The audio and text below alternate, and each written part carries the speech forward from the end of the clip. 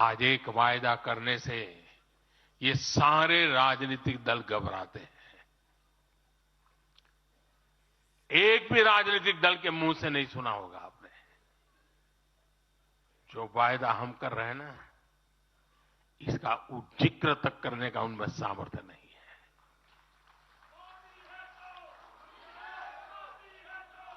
और हमारा वायदा है विकसित भारत का।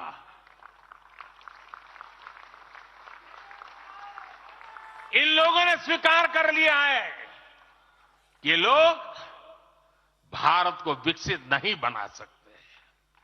सिर्फ और सिर्फ बीजेपी ही ऐसी पार्टी है, एनडीए ही ऐसा एक गठ है जिसने इसका सपना देखा है। हम मिशन मोड पर भारत को 2047 तक देश जब आजादी के 100 साल मनाएगा, हम भारत को विकसित देश बनाने के लिए काम कर रहे हैं। हमने तीसरे टर्म में भारत को दुनिया की तीसरी बड़ी आर्थिक ताकत बनाने का संकल्प लिया है। और ये मोदी की गारंटी है।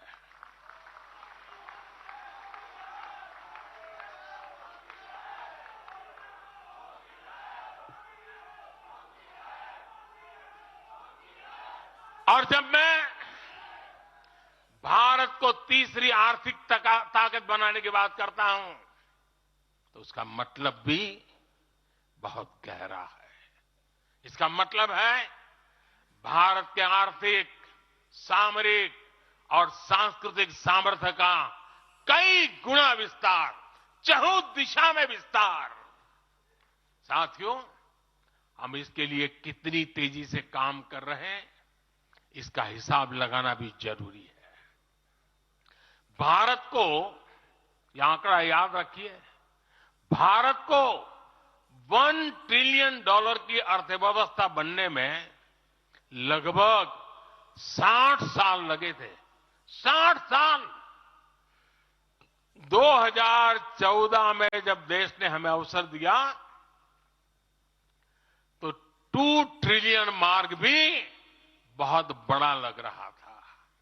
लेकिन 10 वर्षों में हमने अपनी अर्थव्यवस्था में $2 ट्रिलियन और जोड़ दिया। एक के लिए 60 साल, 10 साल में 2 और जोड़ दिया। जब भारत दुनिया की 11वें नंबर की अर्थव्यवस्था था और 11 से 10 पर आने में दम उखड़ गया उनका, हम 11 से 5 पर ले आए। अर्थव्यवस्था जब 11 नंबर पर थी, तब इंफ्रास्ट्रक्चर का बजट सिर्फ 2 लाख करोड़ रुपए भी नहीं बन पाता था।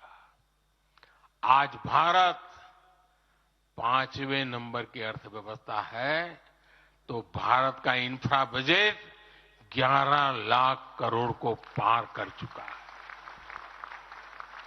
इसी वजह से आज गरीबों को 1 करोड़ों घर बन रहे हैं। आज गरीबों के घर तक पानी पहुंच रहा है। आज देश में रिकॉर्ड मेडिकल कॉलेज, अस्पताल, यूनिवर्सिटीज बन रहे हैं। गांव तक की सड़कें बन रही हैं। जब भारत दुनिया की टॉप 3 अर्थव्यवस्थाओं में आएगा, तो आप कल्पना कर सकते हैं कि विकास कार्यों के लिए हमारे पास कितनी ज्यादा पूंजी होगी। इसलिए भारत के टॉप 3 इकोनॉमी में आने का मतलब है भारत के हर परिवार का जीवन स्तर सुधरेगा।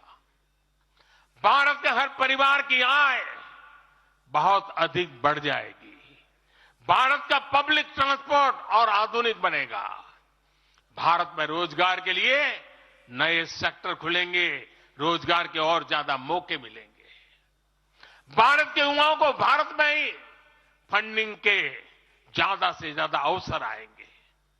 भारत की महिलाओं को हर मोर्चे पर आगे बढ़कर नेतृत्व करने का मौका मिलेगा। हमारे